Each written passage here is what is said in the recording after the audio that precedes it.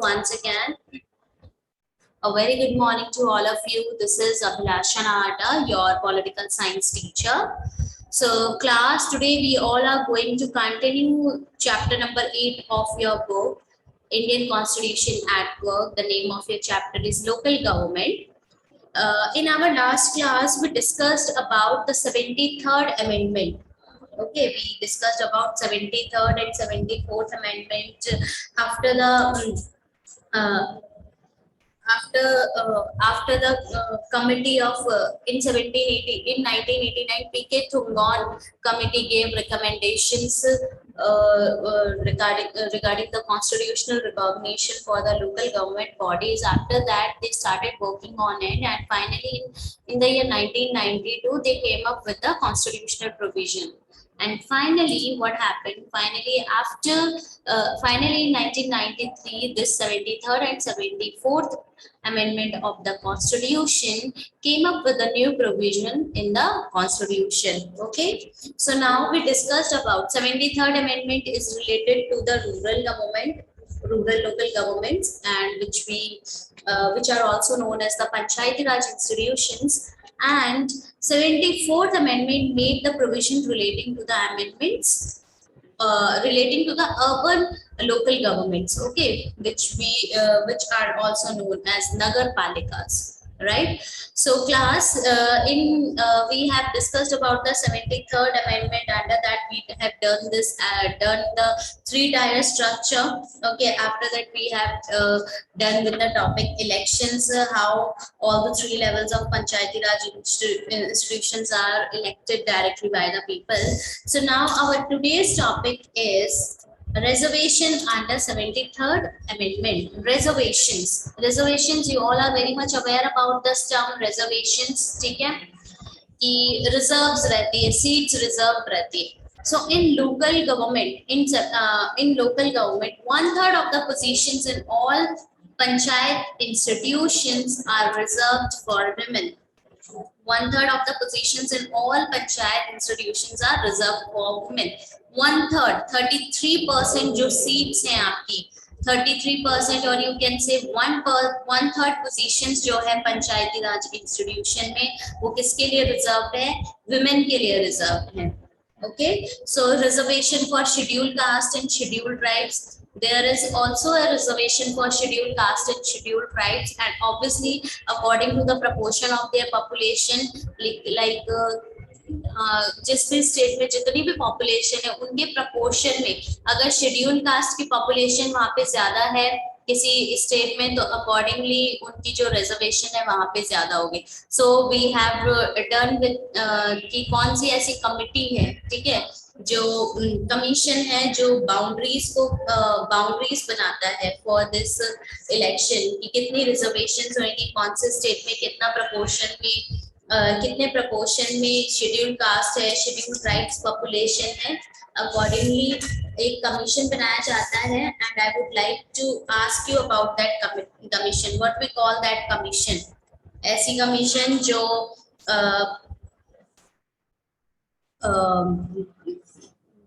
commission that is appointed for the purpose of drawing up the boundaries of constitution all over the country according कि कौन से state में schedule cast की population कितनी है, and accordingly वो reserve करते हैं सीट्स. तो ये मैंने एक कमीशन का नाम बताया था जब हम चैप्टर नंबर 3 कर रहे थे. कौन बताएगा मुझे? So the name of the commission is the Delimitation Commission. It is appointed by the President of India and for the purpose of drawing up the boundaries for the reservation of scheduled caste, scheduled tribe, women, ठीक है, according to the proportion of the population. Delimitation Commission is the commission who decides, who make the boundaries. Okay, so under reservation in rural areas, हम rural areas की बात कर रहे हैं because we are talking here for the 73rd Amendment, ठीक है, and under 73rd Amendment rural local bodies की बात की गई है. तो rural local bodies में scheduled caste और scheduled tribes क्या है, उनके लिए reservation है, and this reservation is there in proportion of their population, in proportion to their population. जितनी proportion में उनकी population है, उस proportion में क्या है इनका reservation होता है. If the states find it's necessary reservation for the other backward classes, again if there is a population of other backward classes is high in that particular state, then states decide करता है या फिर delimitation commission देखती है कि यहाँ पे reservation होनी चाहिए कि नहीं होनी चाहिए other backward classes के लिए. Reservation apply not merely to ordinary members in panchayats but to the positions of chairmen or adhyaksh at all the three levels. All the three levels की बात की थी, 3-tier structure की बात की थी. ग्राम सभा, ठीक है, तालुका और you can say intermediate level, or and at the bottom and at the top of the top जिला परिषद. Who decides?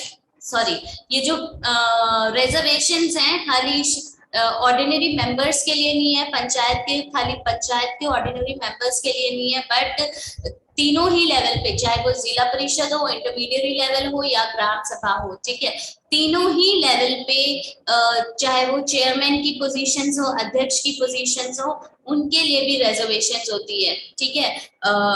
So reservation of 1/3 of the seats for women is not merely in the general category of seats but also within the seats reserved for scheduled castes, scheduled tribes and backward classes. 1/3 of the seats जो general category में, ठीक है, 1/3 of the seats for women only general category के लिए नहीं है, but ये reservation scheduled caste, scheduled tribe या फिर backward caste के जो लोग हैं, ठीक है, other backward classes हैं, उनके लिए भी क्या है, रिजर्वेशन है under these scheduled caste, scheduled tribes, backward classes. इसके अंदर भी क्या है, जो 1/3 वुमेन है उनकी रिजर्वेशन है, राइट. कि कौन सी, अगर सपोज एक पर्टिकुलर टेन्योर के लिए आ गया, a sarpanch would have to be the Dalit women और एन आदिवासी वुमेन, ठीक है, कि जो सरपंच बनेगा वो कौन बनेगा, दलित वुमेन बनेगी या फिर आदिवासी वुमेन बनेगी, ठीक है. यहाँ पे रिजर्वेशन शेड्यूल कास्ट और शेड्यूल ट्राइब की रिजर्वेशन तो है, बट साथ में वुमेन की भी रिजर्वेशन है, ठीक है. So I hope now this is clear. Main 1/3 positions जो है रिजर्व है for seats under rural local bodies, ठीक है. शेड्यूल कास्ट, शेड्यूल ट्राइब्स की according to their population reservations हैं स्टेट्स में. अगर ओबीसी क्लासेस के लिए लगता है कि रिजर्वेशंस होनी चाहिए तो वो रिजर्वेशंस भी है. अध्यक्ष की, ठीक है, अध्यक्ष की, चेयरमैन की जो पोजीशन है तीनों ही लेवल पे, उनकी अगर लगती है कि उनका अगर लगता है कि रिजर्वेशन होना चाहिए तो वो रिजर्वेशन भी है. देन रिजर्वेशन जो शेड्यूल कास्ट और शेड्यूल ट्राइब्स में रिजर्वेशन है उसमें भी वुमेन की भी 1/3 सीट्स जो है रिजर्व्ड होती है. So this is all about reservation. Next topic under 73rd amendment is transfer of subjects. Now here what is the meaning of subject? Subject means the work, ठीक है, work which rural local bodies are supposed to do, ठीक है. तो transfer of subjects is basically states जो हैं उन्होंने अपने कुछ सब्जेक्ट्स है, कुछ वर्क जो है वो रूरल लोकल बॉडीज को क्या कर दिया, ट्रांसफर कर दिया, उनको सौंप दिया है. So under this 29 subjects which were earlier in the state list of the subjects are identified and listed in the 11th schedule of the constitution. These subjects are to be transferred to the Panchayati Raj institutions. Now, in your earlier class, in class 10, you have studied about this state list, concurrent list, union list. You all have been gone through this topic. You all have studied this topic. तो total जो subjects है 29 subjects जो है, जो पहले state list के under आया करते थे, उन्होंने क्या कर दिया था, उसको as a list out किया गया है under in the 11th schedule of the constitution. इनको क्या कर दिया, पंचायती राज institutions के को transfer कर दिया था. But यहाँ पे जो actual transfer है, ठीक है, just look at this picture. Just look at this box given in your book, ठीक है. Agriculture, irrigation, water management, small scale industries including food processing industries, rural housing, drinking water, road, culverts, rural electrification, poverty alleviation program, etc. So there are total 29 subjects which are identified and listed in the 11th constitution, and these subjects transfer to the Panchayati Raj institutions. Okay, but जो actual transfer है, state actually में किसको transfer करना चाहती है इस list कि agriculture, उनको लगता है राजस्थान गवर्नमेंट है, ठीक है, राजस्थान गवर्नमेंट को लगता है नहीं, हमें रूरल बॉडीज को जो है एग्रीकल्चर, ठीक है, एग्रीकल्चर जो है रूरल बॉडी खुद देखेगी। और हो सकता है कुछ स्टेट बॉडीज बोलते नहीं, एग्रीकल्चर हम अपने अंडर ही रखेंगे, हम ही उस पे लुक आफ्टर करेंगे। तो it depends upon the state government, state decide करती है कि कौन से सब्जेक्ट जो है उन्हें लोकल रूरल लोकल बॉडीज को ट्रांसफर करने और कौन से नहीं करने हैं। तो the actual transfer of these functions depends upon the state legislation. Each state decides how many of these 29 subjects would be transferred to the local government. State decide करती है कि 29 के 29 subjects हमें transfer करने हैं, या इसमें से कौन से subjects हमें transfer करने हैं पंचायती राज को और कौन से नहीं करने हैं। It is the main decision of the transfer of these subjects is with state legislation. Okay. So now the provisions of the 73rd amendment were not made applicable to the inhabited by the Adivasi population in many states of India. Now there are so many states in India, ठीक है, जहाँ पे ये जो 73rd amendment है वो applicable नहीं है, rural local bodies में applicable नहीं है, and especially जो नक्सल areas है वहाँ पे, ठीक है, जो ऐसे areas हैं जहाँ पे mostly जिस स्टेट में जो पॉपुलेशन है वो आदिवासी पॉपुलेशन है, ऐसे स्टेट्स में 73rd अमेंडमेंट जो है एप्लीकेबल नहीं है। व्हाई? क्योंकि इनके लिए एक स्पेशल एक्ट जो है, ठीक है, ये जो ट्राइबल कम्युनिटी है, पंचायत ट्राइबल कम्युनिटी, उनके लिए एक स्पेशल एक्ट निकाला गया है, ठीक है, for the preservation and conservation of their culture, tradition, their identity. इसलिए इनको 73rd अमेंडमेंट के अंदर नहीं रखा है, बट इनको कहाँ रखा है, उनके लिए एक स्पेशल एक्ट निकाला गया है। That act is known as PESA act of 1996, और we can also call this act as extension act. ये आपके बुक में मेंशन नहीं है, आपका एडिशनल टॉपिक है ये, ठीक है, PESA act of 1996 extension act. So PESA act panchayat extension to schedule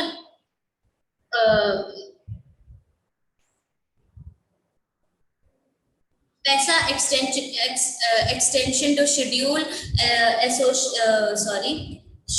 association act of 1996, ठीक है, पैसा एक्ट हो गया, पंचायत एक्सटेंशन एक्ट हो गया आपका ये।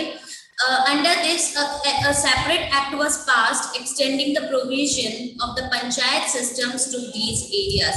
A separate act was passed extending the provision of the panchayat system to these areas. ये जो areas है उसके लिए एक अलग से act बनाया गया है, that is पैसा एक्ट ऑफ 1996, ठीक है। देखिए पैसा एक्ट क्या है, एक्सटेंशन एक्ट क्या है ये। So actually this act ensure self-governance through traditional gram sabhas for people living in the schedule areas of India, ठीक है, जो शेड्यूल एरियाज हैं इंडिया के, वहाँ की सेल्फ गवर्नेंस, वहाँ के कल्चर, वहाँ की ग्राम सभा, वहाँ के लोगों को प्रोटेक्ट करने के लिए, ठीक है, इंश्योर करने के लिए कि वहाँ पे सेल्फ गवर्नेंस हो रहा है कि नहीं हो रहा है, उसके लिए एक्ट निकाला गया। So under this act many Adivasi communities have their traditional customs of managing common resources such as forest and small water reservoirs, etc.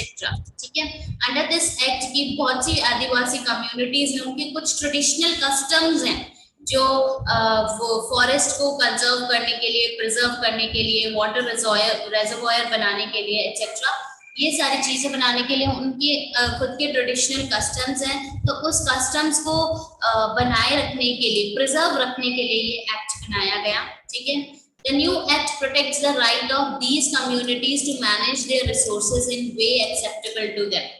कुछ ये जो एक्ट है ऐसा एक्ट है जो क्या करता है, प्रोटेक्ट करता है, इस चीज को प्रोटेक्ट करता है कि ये जो कम्युनिटी है आपकी शेड्यूल्ड ट्राइब वाली कम्युनिटी है, आदिवासी कम्युनिटी है, इनके राइट्स को प्रोटेक्ट करता है कि ये जो रिसोर्सेज, ये जैसे रिसोर्सेज मैनेज करते हैं, इनको जैसे एक्सेप्टेबल है वैसे ये रिसोर्स क्या करें, मैनेज करें। ठीक है, इनपे जो 73rd अमेंडमेंट के अंडर रूरल लोकल बॉडीज के अंडर जो चीजें आती है, ठीक है, वो सारी की सारी इसमें यहाँ पे एप्लीकेबल नहीं होती है। तो मेन जो पर्पस है पैसा एक्ट का है, उनका कल्चर, उनका ट्रेडिशन को प्रोटेक्ट करने का, उनके कल्चर और ट्रेडिशन को प्रिजर्व रखने के लिए, कि उनकी प्रोटेक्शन के लिए ये एक्ट लाया गया। For this purpose, more powers are given to the Gram Sabhas of these areas, and elected village panchayats have to get the consent of the Gram Sabha in many respects. Now, इसलिए जो भी कोई भी particular village है जहाँ पे आदिवासी community ज्यादा रहती है, तो यहाँ पे अंडर दिस एक्ट क्या है, जो यहाँ की ग्राम सभा है, यहाँ को उनको ज्यादा क्या है, पावर्स दे रखी है। और जो इलेक्टेड विलेज पंचायत है, कोई भी डिसीजन के लिए, बहुत सारे ऐसे डिसीजंस हैं जिसमें उनको ग्राम सभा की कंसेंट, ठीक है, कंसेंट जरूरी होती है। ठीक है, तो यहाँ पे ग्राम सभा का बहुत इंपॉर्टेंट रोल है। आदिवासी कम्युनिटी जो है उनका कंसेंट बहुत जरूरी है, चाहे वो वाटर मैनेजमेंट सिस्टम हो, फॉरेस्ट मैनेजमेंट सिस्टम हो। ठीक है, अगर कुछ वो करना चाहते हैं, पंचायत अगर करना चाहती है कुछ, तो उन्हें ग्राम सभा की कंसेंट लेना बहुत जरूरत है। ग्राम सभा की कंसेंट होना उनके लिए जरूरी है, नहीं तो वो नहीं कर सकते। The idea behind this act is that local tradition of the self-government should be protected while introducing modern elected bodies. So main idea क्या था under this act, under this PESA Act of 1996, or you can say Extension Act? Main idea था जो local traditions हैं, ठीक है, जो self government के local traditions हैं, उनको हम प्रोटेक्ट करके रखें, साथ में ही हम मॉडर्न इलेक्टेड बॉडीज को भी क्या करें, इन एरियाज में इंट्रोड्यूस करें। So this was PESA Act. Okay. So now class, under this topic of transfer of subject, there is an article. Okay, just look at this box which is mentioned in your book. Article 243G, powers, authority and responsibilities of panchayats. The legislature of state may by law endow the panchayats with such powers and authority with respect to the matters listed in the 11th schedule. So it is according to Article 243G. All the powers, all the authorities and all the responsibilities of panchayats. ठीक है, the legislature of a state may by law endow the panchayat with such power and authority, कि पंचायत को आपको ये जो है authority, power, responsibilities जो है आपको सौंपनी पड़ेगी, आपको सौंपनी होगी according to the 11th schedule. ठीक है, जो 11th शेड्यूल में जो लिस्टेड है सब्जेक्ट्स, वो आपको क्या है, सौंपने पड़ेंगे आपको। तो ये आर्टिकल 243G में दे रखा है। ठीक है, so now our next topic under 73rd amendment is state election commissioners. State election commissioners, the state government is required to appoint a state election commissioner who would be responsible for conducting elections to the Panchayati Raj institutions.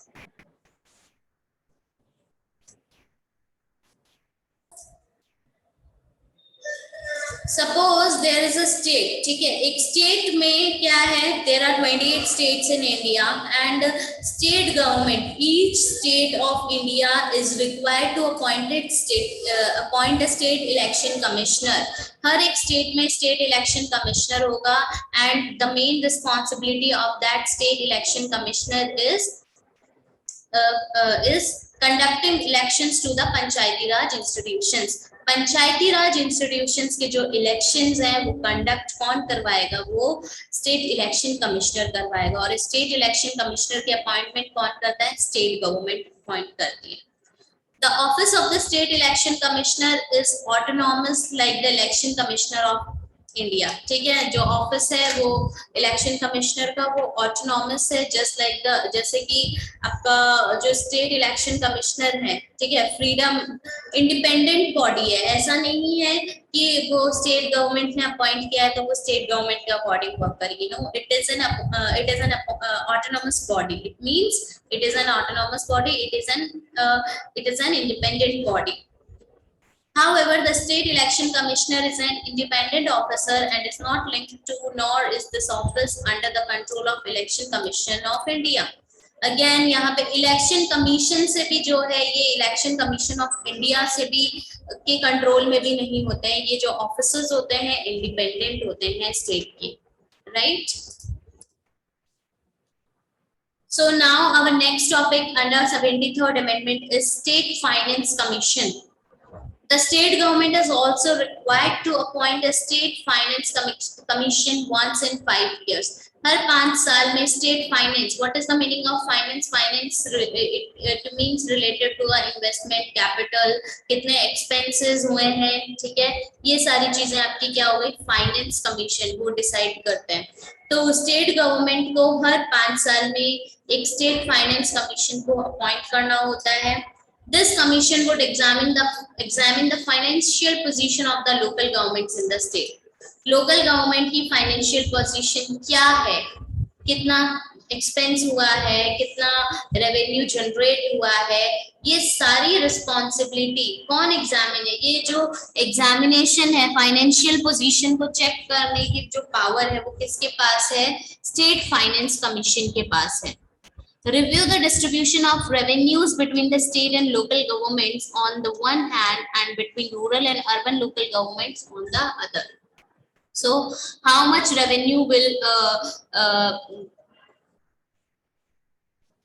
मतलब कितना revenue जो है, how much revenue will be distributed between the state and the local government, ये भी decision, इसका review होगा कि state के पास कितना, जो सेंट्रल गवर्नमेंट है उसने अगर कुछ रुपीस दिए हैं, कुछ फंड दिया है, तो फंड में स्टेट गवर्नमेंट अपने पास कितना रखेगी और लोकल गवर्नमेंट को कितना डिस्ट्रीब्यूट करेगी, इसका रिव्यू भी स्टेट फाइनेंस कमीशन करती है, ठीक है। एंड अर्बन लोकल गवर्नमेंट में भी सेम आपका यही चलता है कि अर्बन लोकल गवर्नमेंट्स में कितना पैसा जाएगा, रूरल लोकल गवर्नमेंट में कितना पैसा जाएगा, स्टेट अपने पास कितना पैसा रखेगी। तो ये सारा रिव्यू जो है स्टेट फाइनेंस कमीशन करता है उस पर्टिकुलर स्टेट के फाइनेंस, जो फाइनेंस कमीशन है वो। This innovation ensures that allocation of funds to the rural local government will not be a political matter. So, ये जो स्टेट फाइनेंस कमीशन है कि इंडिपेंडेंट बॉडी जो बनाई गई है स्टेट फाइनेंस कमीशन, ये इंश्योर करता है रूरल लोकल गवर्नमेंट को जो फंड्स मिल रहे हैं वो अप्रोप्रिएट वे में मिले, इसमें कोई भी पॉलिटिकली जो है कोई पॉलिटिकल मैटर नहीं होना चाहिए, ठीक है। So this innovation ensures that elections of fund to the rural local government will not be a political matter. कोई भी एक पॉलिटिकल मैटर नहीं होना चाहिए जो ये फंड्स का एलोकेशन है उसके बेसिस पे। ये किसकी पावर है? ये स्टेट फाइनेंस कमीशन की पावर है। So class, so this is all about today. Thank you so much for joining the class. Today we have discussed 4 topics under the 73rd amendment. We have done with the transfer of subjects. After that we have also completed reservation, and after that we have done with the state election commission and then state finance commission. Under state election commissioners, under transfer of subjects, we have done with the one more additional topic that is called as a PASA Act. Okay, so go through this topic, go through these topics, and if you face any problem, do let me know. ठीक है, कोई भी problem arise होती है, कुछ भी face करते हो, just let me know. So in our next class, we will discuss about the 74th amendment. Okay. 74th amendment, and after that implementation of 73rd and 74th amendment देखेंगे क्या challenges face करने को हमें मिल रही है, कुछ चीजें discuss करेंगे। Okay, चलो, bye bye, take care.